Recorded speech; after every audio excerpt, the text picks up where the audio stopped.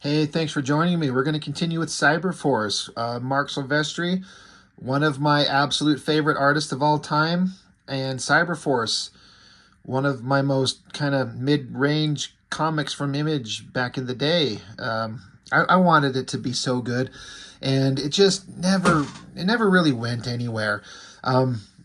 Cyberforce, like Wildcats, once it got out of the hands of Silvestri himself and into the hands of another writer and another artist, it actually became interesting to me and became really good. But that's not for several issues. Kind of like with Wildcats. Once Jim Lee got off of it, they handed off to James Robinson and then Alan Moore and Joe Casey. Wildcats had some great stories. Cyberforce didn't quite have as much good story post, Silvestri leaving like Wildcats did when Jim Lee left. But it did have some good stuff. But this is the start of a new storyline. We just, issue 8 was the Image crossover month that Todd McFarlane did and was not very great in my opinion. And the issues of Cyberforce leading up to that was like issues 5, 6, 7 was some kind of like traveling out of the country to go stop some drug lord and who cares. Nothing interesting was going on. But this is a storyline that's picking up in the aftermath of Wildcats when Chris Claremont came along and did that 4-issue run of Wildcats that introduced the Huntsman, this guy, and interacted with the Wildcats. And however that conversation went with whoever, that Silvestri had Cyberforce crossover with the Huntsman and have Claremont writing. So it's reteaming of Silvestri and Claremont, who did a great, fantastic run on X-Men before Jim Lee came along. So that was interesting enough as an idea. But if you watch my videos on those issues with the Huntsman and the Wildcats, it ultimately ended up being not very interesting, I think, at all. It just kind of fizzled out. I'm like, nothing really happened. I feel like those Wildcat stories started out interesting, but ended kind of dull. I can't say that these ones even start interesting. I will say I've always really liked this cover. Just the drawings and the coloring. I mean, it's kind of just girl passed out, guy gun with a gun to her head, big guy in the background jumping at her with a nondescript rocky background. It's Silvestri doing his early 90s Image era style, which by his own admission was just copying Jim Lee. And he says he doesn't like his work like this, but it's what people wanted. And I think it looks fine. It looks good. My only problem with Silvestri in this era is that he'd have other artists drawing the book, and you never know when it's kind of suddenly shifted over to someone else penciling for a page or two. Or he'll have people drawing backgrounds for him where he just draws all the cool figures. I kind of get the logic of it. You're in a comic book production house, you got things to do. He's overseeing a whole studio. People want to see Silvestri drawing the hot girls and the big cool superheroic guys. I don't care that Silvestri did or did not draw the buildings in the background. So I bring on helpers all the time. But Silvestri's involvement in his own works seemed to get less and less as they went on. He'd draw an entire book, and then he'd draw half a book, and then he'd draw 5 pages, and then he wouldn't be drawing at all. And I'm here for Mark Silvestri, because goddamn is he good. But I've always just loved this cover. I always thought like kind of the organic anatomy that Silvestri can do, like in this figure on her, looks really good. I think Stryker here with all his big robotic arms jumping at us, really good. I think it looks pretty solid, even if it's not that complicated. I guess it doesn't need to be. But we get into it. We start out, Mark Silvestri pencils, Chris Claremont plot and script. We got Matt Banning on inks, Brian Haberlin on colors, and then a whole bunch of people on computer colors. But we also have Michael Turner on pencil assists. I was going through this, and I think I know where he did his pages. I think so. We'll get into that as we go. But we start out with this girl. She's a cop. I'm trying to remember her name. It doesn't say here. But I believe she was in the Wildcats books. There was a cop character, a female cop that wore a backwards hat. I like this drawing. It's definitely got Silvestri-isms going on all over it. the kind of organic cloth, like this kind of sweater thing that's hanging off her shoulders, this kind of like tiny waist and shapely ass. Pretty good stuff. But she hears some kind of loud sound outside. Like, was that a gunshot? She's like, I don't know, because she's a cop. So she's like, I don't know, but we better call it in. So she's got a little snub-nosed revolver in her little fanny pack right here. She hears a thing. Well, we better go find out what it is. So she goes running out, and then we've got, it doesn't say yet, but this is, oh my God, I'm trying to remember the kid's name. In Cyberforce, there's the brainy kid that's got the little robotic android kid that he built. And I can't remember this guy's name. We'll figure it out. But the girl is this young girl, Miranda, that the Huntsman was all about protecting in the Wildcats book. It doesn't say it here, but that's who these guys are. Girl that's with the Huntsman and kid that's with Cyberforce. They're together running from something. They get zapped, and then there's this giant robotic muscular whatever the fuck he is. Pretty good shot. I kind of like, as far as drawings that are impressive, this figure's kind of okay, but I like these figures lying on the ground where the camera, like the camera itself, the camera angle's really low, like right at ground level, and we're looking up at them.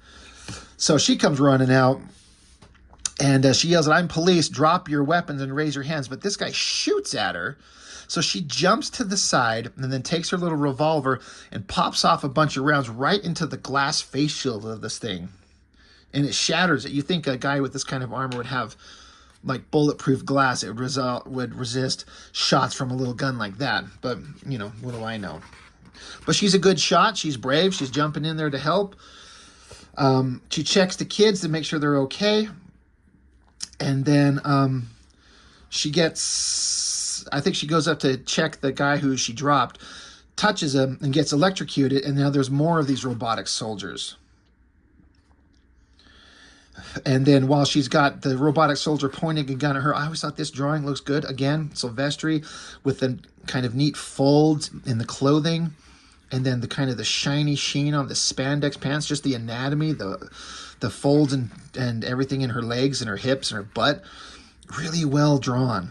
He can draw so good. But then suddenly, robotic soldier guy's got a gun to the side of his head. There's some other guy. His name's Tommy. You got the drop on me. So these are like humans inside these things.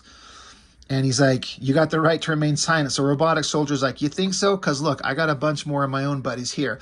And Tommy, the random guy who just showed up, he's like, oh yeah? Look, I got a bunch of cops showing up here. So face off, right? So they basically arrest these soldiers is the idea, which you think these guys would just take off. I don't know. Then we get back to, there's a hospital scene, and the cop, she is looking after the guy and the girl, the kids that were attacked over here. She's looking after them, telling the nurse, like, I don't know who they are, but I figured somebody should be here when they wake up to just be here, so someone else will be there. She's like, I just thought somebody should be here when they woke up. But they're kids, right? Somebody needs to look after them. So she leaves the room, and her buddy Tommy's talking to some other guys, and they're talking about the soldiers that were out there and what these kids are and what they were doing. So she tries to fight for them and, you know, defend these kids and who are these government people getting in the way. Big kind of awesome shot, close-up of the face, eyes, nose, mouth, the hair. It's a good drawing. I still feel like we're in Silvestri territory. We're not quite into Michael Turner drawing a page or two yet. But there's a lot of conversations going on. This is a Chris Claremont comic book of course. So there's going to be a lot of talking. But anyway, it cuts to, there are conversations about these bad guys and all these things that are going on. We cut to this like hyper-futuristic helicopter thing. That looks pretty awesome. And it's a pretty interesting use of colors. I'd hate to have to draw this thing from multiple angles. Be lucky if you can pull it off like once. But if you have to draw this thing like swooping around and attacking, then you need to understand all the different angles and shapes on it. What a pain in the ass that would be. So I think we only ever see it this one time. But of course, it's some new bad guy, some awesome bad guy in spandex and generic head set up with his hair out the top and guns and drinking a martini. And there's some other super awesome bad guy sitting in the background with his hands put together in like a Mr. Burns kind of pose, making evil bad guy plans. Meanwhile, girl cop from the beginning of the book. I kind of dig these panels where it's like pictures of like just these of everyday things to show what's in the room that she lives in here. Pictures of maybe her parents, her graduating from the police academy, cigarettes, there's her gun, there's some medals, her badge, bottle of alcohol that's empty, and then just this overhead shot of her crashed out in her bed, the blankets, the textures on the ground. It's not the greatest thing ever drawn, but it's a pretty good drawing. So we're getting to, be involved with this cop girl to start for a little bit. But then multiple things happen on this page. I don't know if I agree with the choice to make it a double page spread and have Stryker busting in, because she's asleep and then suddenly there's a gun to her head and it's the Huntsman, who we haven't seen in the book yet. He just shows up. He's like, not a stray sound. Your life depends on it. She's like, what? She's like, I mean you no harm. I'm your friend. I'm the Huntsman. She's like, what the hell is this? He says, Miranda sent me, the girl whose life you saved yesterday morning. So the girl, she sent Huntsman here for her. And the Huntsman says, she's in danger, Miranda is, but the threat is worse to you. So he's here to help her. Okay, so he showed up. Now suddenly out of the ceiling comes, what the fuck is his name? Is it Stryker? Comes busting through. I guess it's a pretty awesome shot. I mean, in terms of a double page spread taking up a bunch of space, that certainly grabs your attention. He yells, nobody move, nobody dies. And then the Huntsman just straight kicks him right in the fucking sack. Just pow. That's kind of interesting. Stryker. This is Cyberforce Cable. I mean, instead of one robotic arm, he's got three. He's got a ponytail, but a robotic eye. It's just such a kind of a cliche thing. He was always kind of a badass, but not really much character to him. But anyway, he shows up, and so now Cop Girl's like, what the fuck is going on? Who are you? Who are they? What is going on? Huntsman's like, look, we just got to go. He wants you. There's no time. Let's get out of here.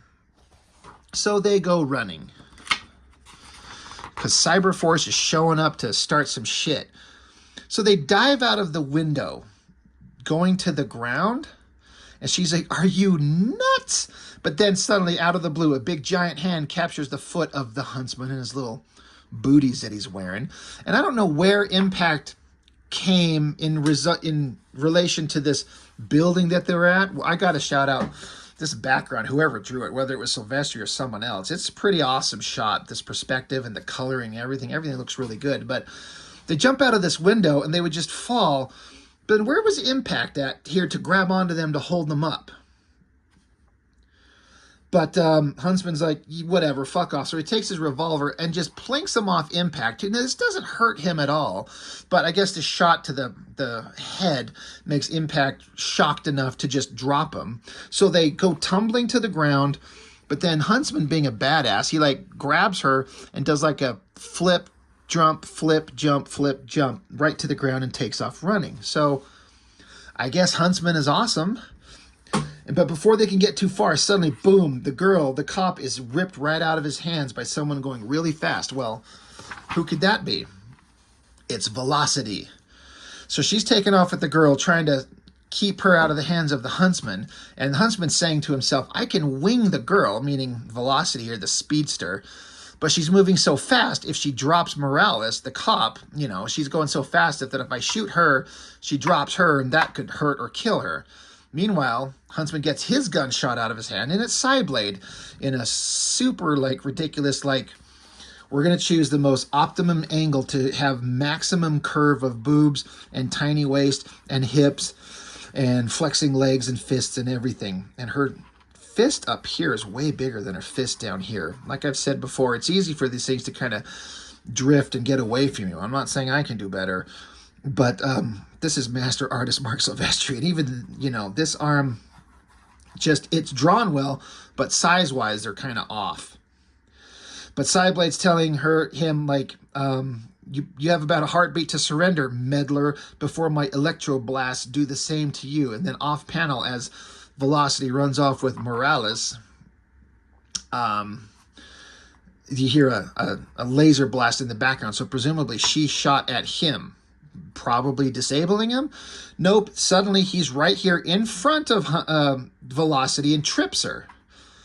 And then happens to catch Morales, the cop, and just catches her. So this guy can get around. He's just too fucking cool. The thing is like, we have no understanding of who this guy is. We did 4 issues of Wildcats and learned really nothing about him. Like, he could get killed and melted but still be alive. He could get away and travel distances really quickly, but he's a good, noble guy.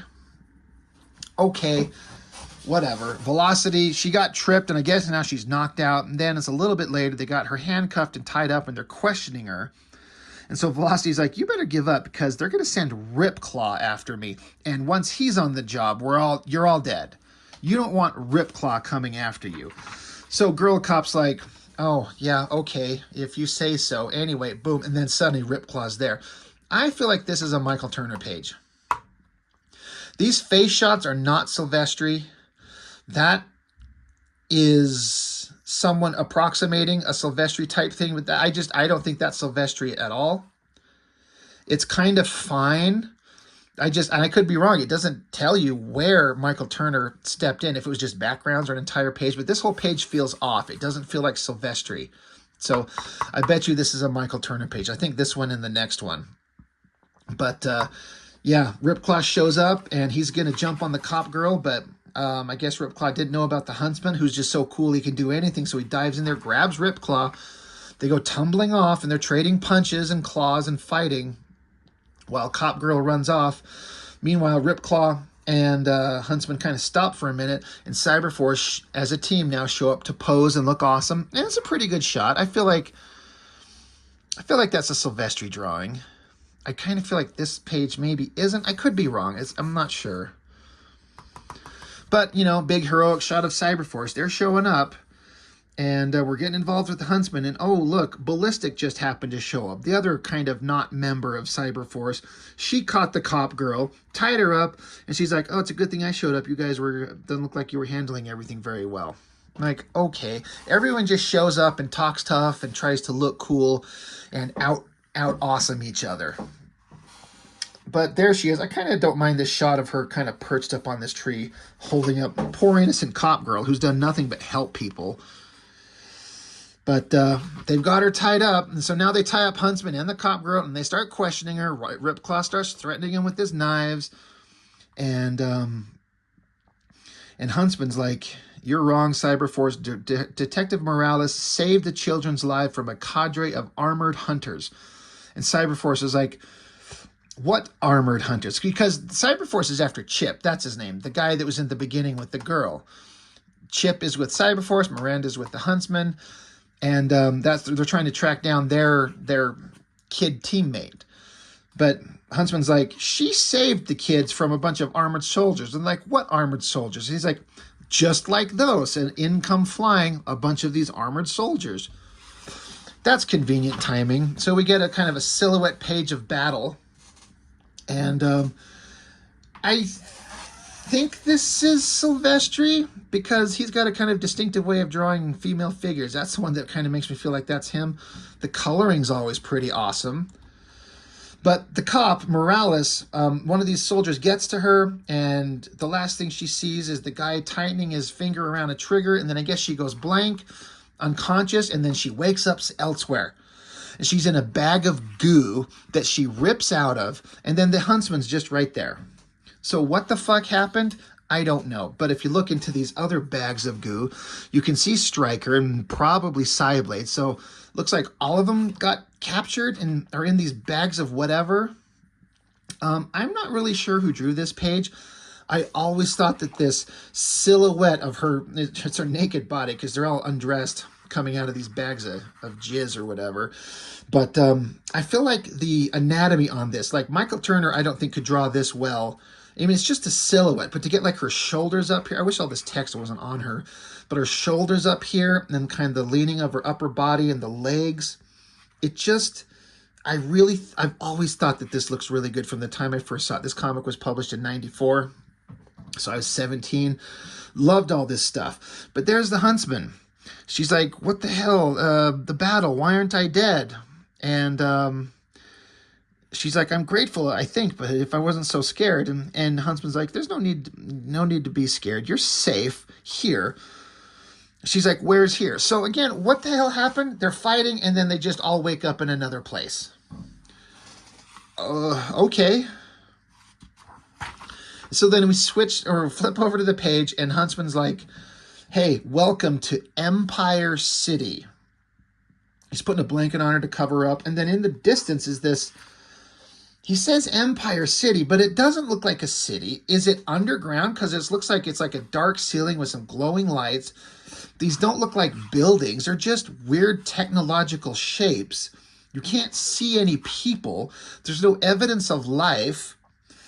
So what do you mean Empire City? It's kind of visually an interesting double page spread, but I'm like, what are we looking at? It doesn't look like a vast, expansive area, like a city that goes into the distance. It looks like a couple of big, weird technological machines wherever the hell they're at. So, and that's the end of, issue 9, first part of the crossover with Cyberforce and Chris Claremont's The Huntsman. Honestly, not that great. Again, once I got done reading this as a kid, I was fooling myself and telling myself that I thought it was great. It's really not. But I was into it because of Marc Silvestri's artwork. He's just so good. He's just so damn good. And there are places where he's still good, but it's not the best version of him that we've ever seen because he's trying to do that 90s era style and copying Jim Lee because that's what the kids wanted and that's what the kids get, right? So that's it. Letters pages, that's fine. Pit statues, Cyberforce origins for Cyblade. The more interesting thing going on here was this right here. I think Wildstorm or whatever, Jim Lee's studio. I don't think it was, this was before it was called Wildstorm. I can't remember what it was. Homage Studios, maybe. They had a talent search. But Topcow had their own talent search. Now, this stands out to me because I saw this and I drew up some pages for this talent search, which I actually have here, and I thought maybe I'd show them. They're terrible, but this was 17-year-old me. But pencilers, submit at least 3 sequential pages utilizing existing characters showing you can convey a story. Absolutely no artwork will return. Don't send originals. Inkers, send at least 3 pages, including photocopies of the pencils utilizing existing characters. So show us your inks. Writers, submit a 1-page plot synopsis. Computer colorists, same thing. Blah, blah, blah, blah, blah. One of the interesting things about this is that it said, send your stuff, a self-addressed stamped envelope, no certified mail, a cover letter specifying the position to which you're applying, along with your name, address, daytime, phone number, and willingness to relocate to Santa Monica. All hirees, with the exception of writers, must be able to relocate to Santa Monica. Now that I think about this, I'm certain that I sent these pages in, sent photocopies of the penciled pages of these in, because I had somebody in my high school create a title page like it's asking for, a cover letter. And I was only 17 at the time. One, I wasn't a fraction even approaching close good enough to get hired on. But I'm 17. What am I going to relocate to California? That was not going to happen, but I was going to enter anyway. So we'll show my pages here in just a second, but Cyberforce, the great Marc Silvestri, good art, not his best, but good. It's fun. But that's Cyberforce number 9. So let's just really quickly look at my pages. I need to reset this camera because I got to back it up because they're on some big boards. And, God, here they are. Right there. So just to give kind of an idea of how big they are, the comic we were just looking at is this big. This is 11 by 17 drawing size. The paper is like, I think it's 14 by 17. I just got this wider stuff. It's just some generic poster board. It's not that great. And when I did these originally, I just penciled them. And then at some point, some while later, I decided to try and start inking them. So that's why some of them are inked and some of them are not in places. As I look at these, they're so old. Again, this was 94, so I was like 17 years old, and I didn't know how to draw. I was just copying other things. I can't remember what or where, but I feel like this face looks kind of good, and the pose looks kind of good. I totally copied this from some photo, or not copied, but like referenced. Probably, it could have been a Playboy for all I know. I can't remember. It's been so long. But it doesn't make sense. The basic plot to my 4-page sequentials are Cyblade and Heatwave are talking in a forest. I chose the most bullshit easy background. How often is Cyberforce in a forest? Well, actually, more often than you'd think. But they should be in a city and some technological background because they're Cyberforce. It's all about technology. But I couldn't really draw that stuff. So I put them in a forest with mountains.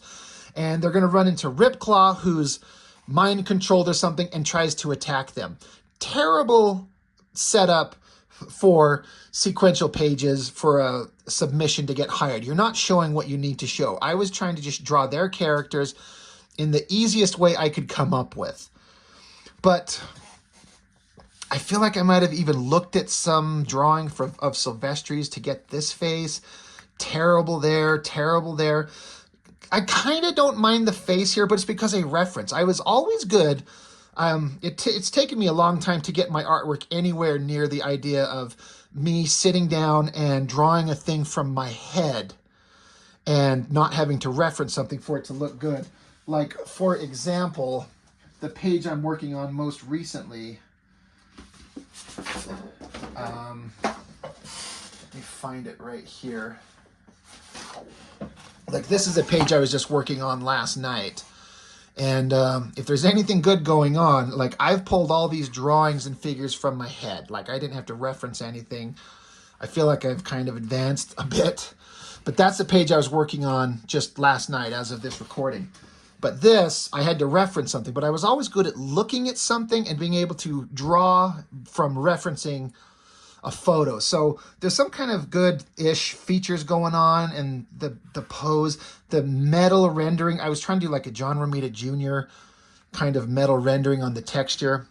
Doesn't come out very great. I had terrible inks, but again, these were originally penciled. This figure on him looks stupid. I never finished the belt. But then I was trying to do this wild, scratchy kind of border thing, which I was doing all wrong. And then you got Ripclaw showing up. I guess that's kind of okay, like his face and his claws.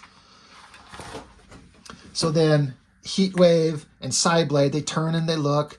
I feel like I drew this from my head. I'm not sure. But then they turn and they look, and then there's Ripclaw up in a tree. Like the least scary, least dynamic drawing of Ripclaw you've ever seen. And Heatwave's telling Cyblade, back off. He's gone nuts. I'll fight him first. And she's like, no, wait, hold on. Just terrible. And then the worst page of the group is the action page where he blasts at Ripclaw and Ripclaw dives out of the way, jumps at him, and then rips Heatwave's guts out here. Just rips him apart, which is kind of funny because that panel right there is a similar thing to what I'm drawing here, where, you know, guys ripping at this other figure here. It's just kind of funny. But ripping out his gut. So Heatwave, and I didn't even bother finishing penciling this stupid thing. And I still think I photocopied and sent it away. I'm really stupid. And then a big close-up shot of Ripclaw's face as he's turning towards Cyblade, the girl. If I remember correctly, I think I ripped this drawing off from, I think, an Adam Hughes drawing. I think. It's too good, the eye and the mouth. I did not do this on my own, so I copied that from somebody. And then I did do this drawing of him standing there, but kind of frumpy and not very dynamic. And I guess this face is okay. He's saying something to her, and then she's getting all dramatic with her laser beams getting ready to fight. And that's it. That's my 4-page sequential submission to Topcow Studios. And if I remember correctly, again, it's been since 94. I graduated in 95. It's been forever. I'm pretty sure I sent these to them. And obviously they would have taken one look at them and just like, well, okay, whoever this is, he's got a long way to go. But this is kind of fun because I found these just recently. And as I was going through that book before I started filming, I'm like, oh, I should show these when I do this book. So just a random ass thing. But Cyberforce, you know, kind of fun. Not super exciting, not super memorable. But anyway, that is all I've got for now. Thanks for watching. I appreciate it as always. And I will see you on the next one.